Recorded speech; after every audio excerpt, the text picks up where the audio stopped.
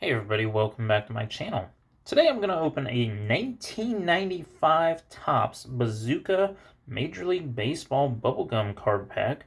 There's 5 cards and 1 piece of bubblegum, and I can feel it. It is really thick. So I'm going to open this and see what we get.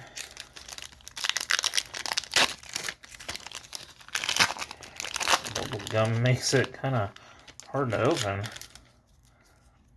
There's your original Bazooka bubblegum.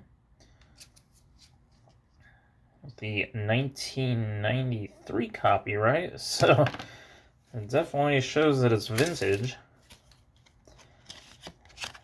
We have Jason Beret, some sort of weird game card, Jeff Montgomery, Kenny Lofton. There's the back of the card. It's got a few stats on it. Overall, these cards are very, very ugly. And they're sticking together.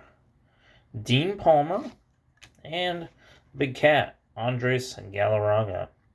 Like my video and subscribe to my channel. Have a great day, everyone.